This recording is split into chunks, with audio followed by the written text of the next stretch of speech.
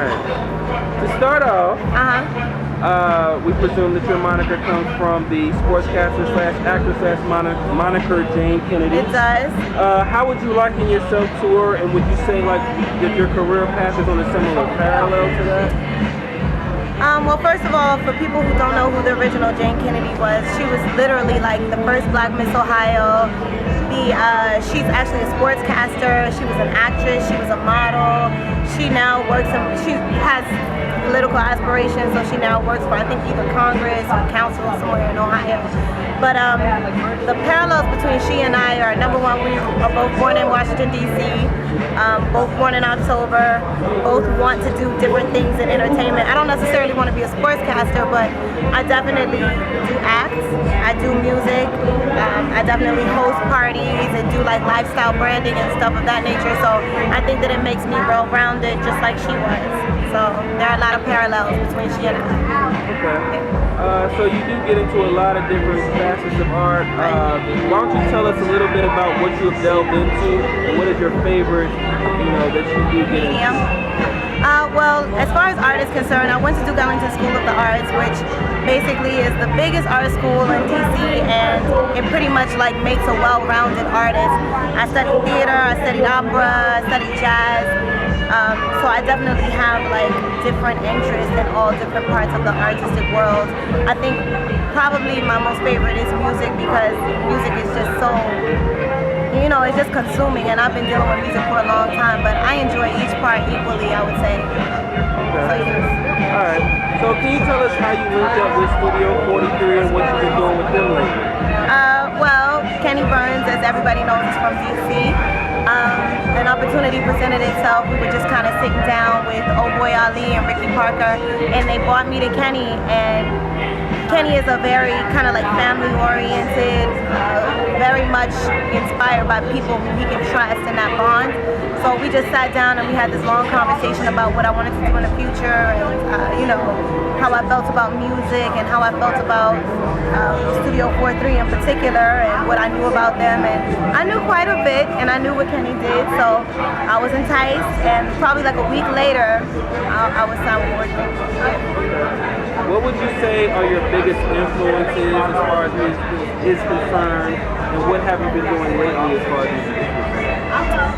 Well, I'm an 80s baby, and I might be giving away too much, but, I like acts like Lisa East and Nicole Jam and Gloria Estefan, but I also listen to like a lot of Slick Rick and Talib Kweli, and, I was with a Brazilian band for 5 years, so I do a lot of Afro-Brazilian music.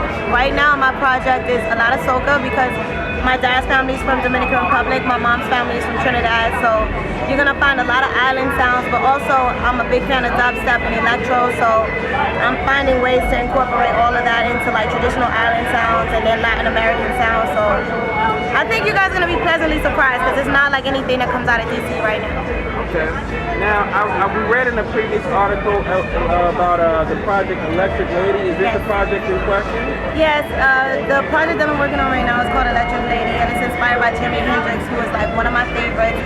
And I just used Jimi Hendrix as inspiration, because he was so talented, so young, but just his mind was always free. Whether that be from acid or whatever, he had like a free thinking, kind of like fluid mind. He didn't think in terms of genre, he thought in terms of what do I feel like today, or what kind of music can I create today. So it pretty much is that same vein of thought, like what can I do that is a direct representation of myself.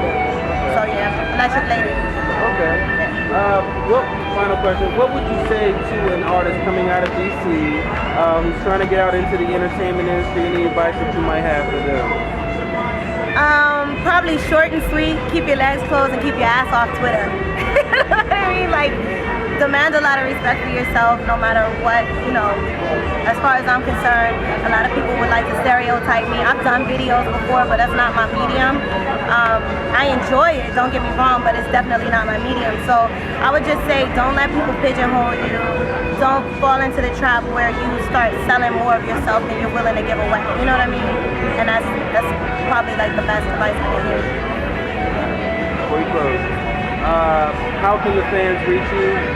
Different social networking, you can let them know how to reach you. If you would like to get in touch with me, it is on Twitter. It's at Jayne Kennedi, so JayneKennedi.